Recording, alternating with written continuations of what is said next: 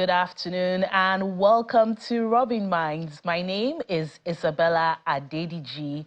Happy International Youth Day in arrears. Yesterday, the 12th of August, all over the world, the youth celebrated their own day. Now, while we don't have a universally agreed age for what constitutes a youth, you must agree that the youth do have a huge role to play in the development of their country. Joining me today to discuss the role of the youth, especially inclusion of young people in politics here in Nigeria, I have with me a governance advocate, Jude Oseh. Welcome to Robin Minds. Thank you very much. Thank you very much. Thank you for honoring our invitation. And joining us via the Abuja studio, I have Gusi Tobby Lord Williams, a development consultant. Welcome to Robin Minds. Thank you. Thank you so much for having me. Thank you for being on the show. Now we'll go straight into the conversation, and I'll start with you, Jude. Do you consider yourself a youth? And if so, why? Like, what age does a youth consist of this day? You know, this age disparity has always been a thing, you know, all over the world. I consider myself as a youth. You know, I am below age 40, for example. And a lot of people within that age demographic also consider themselves as a youth. However, in Nigeria, a couple of people who are like 50 plus 60 are struggling with us to say they are also youth. But then again, they are youth at heart, like they say. But however, it differs between the way you look at it. Okay, so happy International Youth Day in arrears. And over to you, Gusi Toby. I'd also like to know, do you consider yourself a youth? And do you agree with you that some people who are in their 50s in Nigeria still consider themselves youth? Below the age of 40, 45, indeed, you can be considered a youth, or you are considered a youth. But anything above that age, just like Jude said, you are indeed a youth at heart and not youths, like we should call it generally. Okay. Youth at heart. Well, I know the age seems to differ. The United Nations actually puts it at 15 to 24 years old. Now, if we're looking at the youth as that young, you'll say that they are almost totally absent in Nigerian politics. So when we're looking at that young, or some will go all the way to 35, I find that a lot of these initiatives, they just peg it at 35, and some even go all the way to 40. Now, how would you evaluate or rate the inclusion of the youth in the governance of Nigeria? So prior to today, a lot of people would say that the youth are the future of Nigeria, but you tend not to see them being featured within that demographics, right? Which is why Yaga Africa, for example, chose to lead the change by saying, okay, guys, you know what? The youth is no longer the future of they are no longer the future. However, they are the leaders of today. Let us all come together to advocate for increased youth participation in governance, which is why they introduced the Not Too Young to Run bill. And this spanned all through for like 10 years before the Senate were able to like endorse it, and then it became an act that the president has ratified. And so far, as we speak currently, from the age of 25 years, young people can actually run for office. And the age of 30, 35, just like that, all the way to presidency, you can now run for office legally within the framework of democratic process. Okay. What about you, Gusi Toby? How would you rate the involvement of young people in governance, whether it's from actually holding political offices or putting themselves up for elections? It has been great so far. I know that we can do better, and we should definitely do better. However, for young people that are currently involved in politics, if you ask me, they have been doing absolutely amazing. For those that you can maybe find fault in one or two places, you can actually trace it back to the system actually being the problem, the system being the problem that is affecting them. But generally, young people that have been involved in politics are people that have been doing amazingly so far. I know a lot of young people are watching and are asking the question, well, I want to get involved, but they tell me to wait for my turn. They tell me that the young people who are now the old people also had to wait. They had to sort of pay their dues, and then you're just expecting them to hand you the ticket and you're expecting them to vote for you. So to those young people, what message do you have for them? Like, does the not too young to run address that? Because yes, you're able to put yourself up, but then the party structure might not favor the young people. Very correct. And this is why after the Not Too Young to Run bill was passed, we quickly went on to create what they call the National Electoral Scorecard. Usually it's to give emerging new political leaders, an avenue to understand the scope of electoral processes, right? And also to give them a scale as to how the party structures are created. However, we went further to have negotiations with political parties to say, guys, you know what? Now we have a legal framework. It's important that that reflects in your party constitution so that you infuse some form of affirmative actions for young people. So that even though you may not be ready to have increased youth participation in politics, can you have in your constitution an marked percentage for a group of young people so that they can come in, grow through the ranks, and become a new crop of leaders for generations to come. Okay, I believe that still involves some kind of waiting, but the fact that they are even being considered and having that affirmative action, we're hoping to see more young people show up on the ballot sheet or be considered for political roles. Now, Gusi, I want to know, for young people who follow with due process, they join the political parties, but when they get there, they're told, for you to go far, you need X amount of money, because we know in these parts, campaigns are very expensive. For a lot of them, they are forced to turn to godfathers and godmothers. So how does a young person who hasn't had years of experience to maybe amass the wealth that they would need to actually be able to pay for a campaign? All right, thank you, Isabel. There's this joke that people say about there is the not too young to run, and then there's the not too rich to run as well, because it's more or less like there is so much money involved and people are, in quotes, scared to actually get involved, because when you think of the money you're hearing, 45 million naira for you to buy a ticket, and you're wondering, is my entire salary for how many years, if it's like an office worker, enough for me to even afford this, even when I have the vision for a new Nigeria? But the beautiful thing is we have platforms that are actually creating opportunities for young people. Just like Jude said now, the YIP Africa Youth in Politics is a platform that has created the electoral scorecard, and I believe he said something specifically about that just now. And then I love what Obi Ezekwesili as well is doing with the youths in politics. There's this political school, something she does about young people that are involved in politics, teaching them and helping them. And beyond that, I personally think that the godfatherism and godmotherism will not end anytime soon. And the earlier we start to shift our mindset on these people are going to fund campaigns, then it's up to us as young people. What exactly is your vision for getting there? It's not a lie that, yes, godfatherism would involve people sponsoring you and they would, in quotes, want to make you puppets. But at the end of the day, if our mindsets, if we start to channel ourselves and say, I'm going there to do the right thing. Yes, I have a mentor, because in any system, in any structure, there are always mentors. The only problem is, once it comes to politics, people always feel like, oh, godfatherism is bad. No, it can also be a good thing. Yes, there's the negative aspect to it.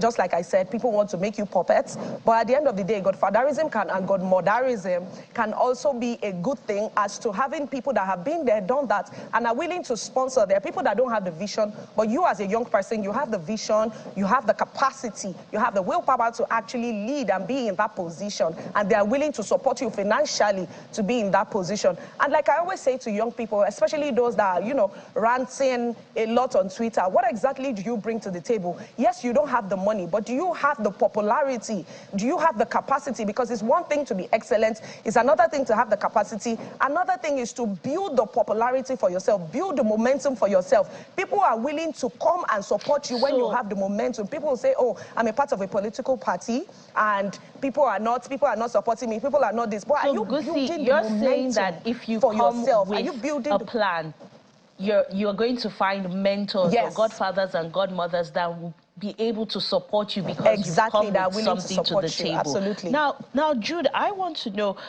when you do come with that plan, and you have the godfather, godmother, or the mentor who says they're going to support you. And just like Gusi said, that a lot of times the fear is you're going to be turned into a puppet. So how do you go in with that mindset that, yes, I'm going to take the support, but when I get there, I'm going to do what's right, knowing that you might still require their support while you are there. So how do you wrestle with this dilemma? Okay, so first off, just to contribute quickly to what Toby had said, is that, so when young people are running for office, so what we've done is to help them run in a pedestal that doesn't literally break the bank.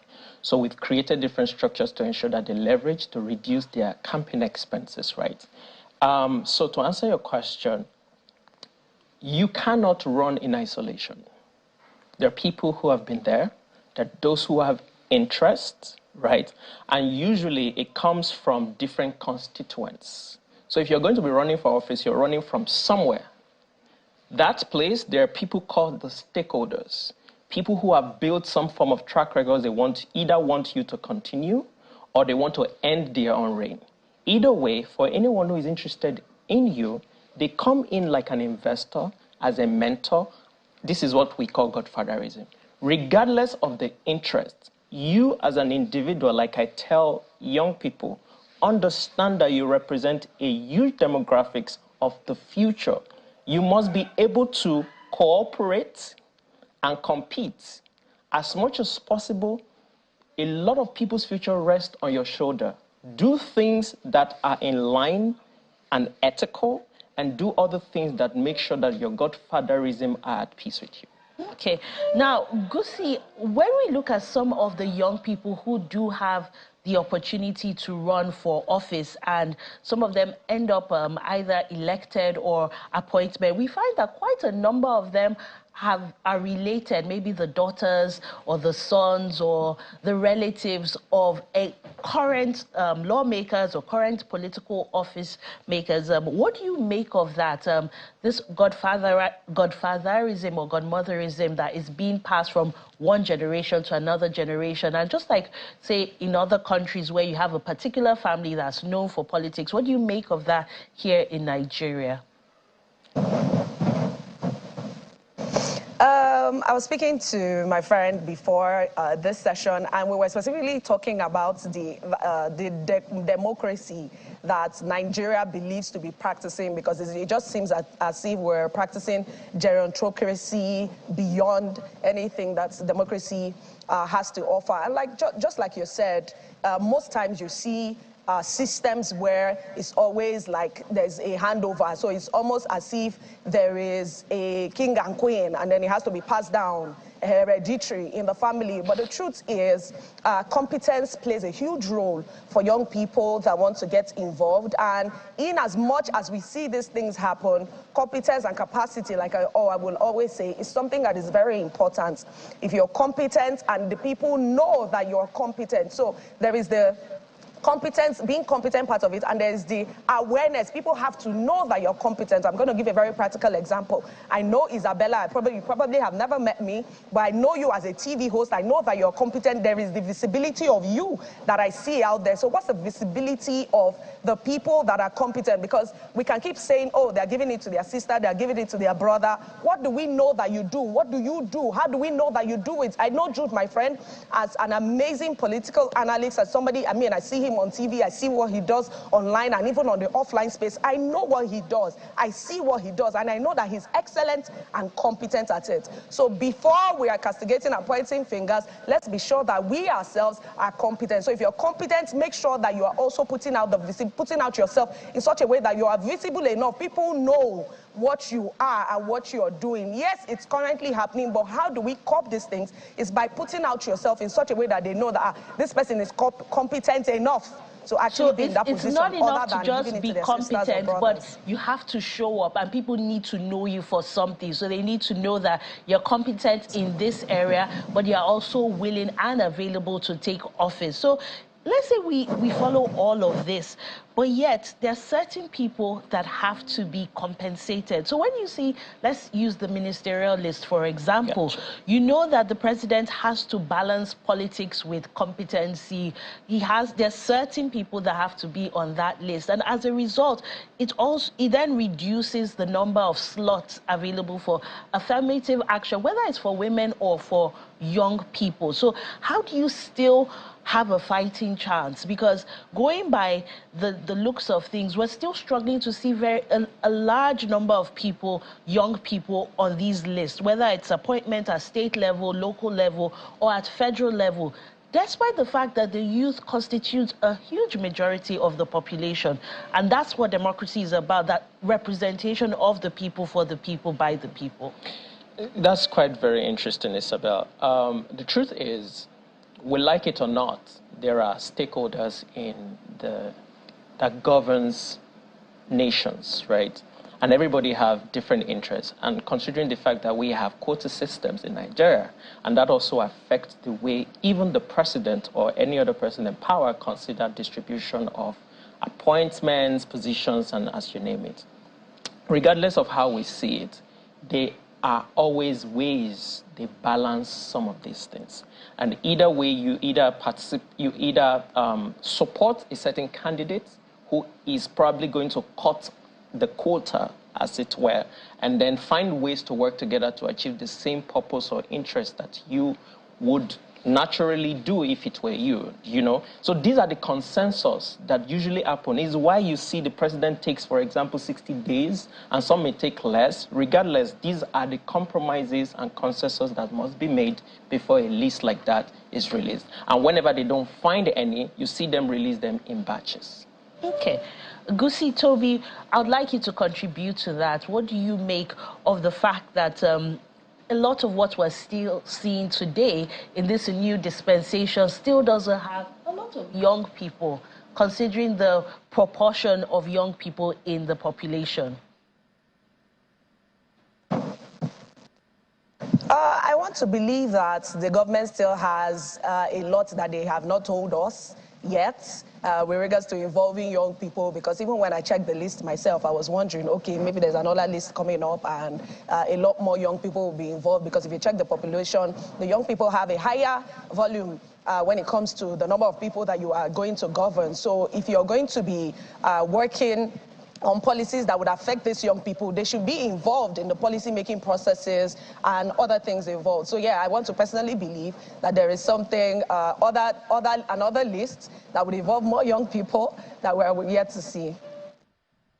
Okay, while we're waiting for more lists and hoping and crossing our fingers and toes that more young people will be given the opportunity to play a part in governance, I think my final question to you will be, what next for young people in governance? What should we be doing, and what should the government be doing to encourage more young people to participate? Because there is an apathy, and we saw that during the polls. We saw a reduced number of young people coming out, say, in the state elections compared to the federal, the national election. So what should government be doing, and what should young people be doing? So I always tell people, now, the federal government of Nigeria needs to be deliberate about, promoting increased youth participation in politics. I mean, it doesn't have to be presidency. There are different positions. Some form of entry level where you bring folks in so that we can all contribute to the development of Nigeria.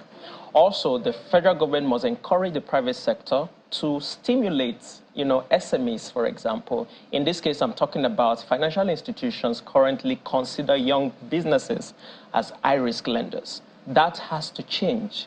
The CBN must encourage banks to roll out what they call guaranteed loans to SMEs so that they can all get access to this financing, create jobs, employ more people so that we can reduce the poverty ratio per capita. Also, currently, the AfCFTA, which is Africa Continental Free Trade Area Agreement, currently has opportunities that we, young people, can leverage in Nigeria. We must increase our production capacity. And this cannot be done by individuals and young people. Government needs to come in to stimulate all that effort that we all can benefit from. With this, young people can see the effort government is putting, and we can all get together and building the nation. Thank you. So a lot of work still needs to be done by the government. Very quickly, Gusi, Tobby, your final thoughts and words. What should young people be doing and what should the government be doing? I think specifically, Jude has said 100%, and I totally agree with him what the government should be doing. But for young people, what young people should be doing, please don't wait until the next 4 years for you to get involved. You know, go to your ward levels, go and be a part of a political party, join organizations like YIP Africa, Youth in Politics Africa. You know, there's a Fixed Politics, there's YAGA. There are organizations like that can help you. Like he said earlier, like I said earlier as well, you cannot do this alone. You have to be part of a community. You have to be part of a team. And if your values align with these organizations, please join them. But don't wait until the next 4 years before you start building momentum. Start today. Thank you very much, Gusi Tobby Lord Williams, a development consultant. And thank you, Jude Oseh, a governance advocate, for your contributions on Robbing Minds. We'll go for a quick break now. Join us shortly.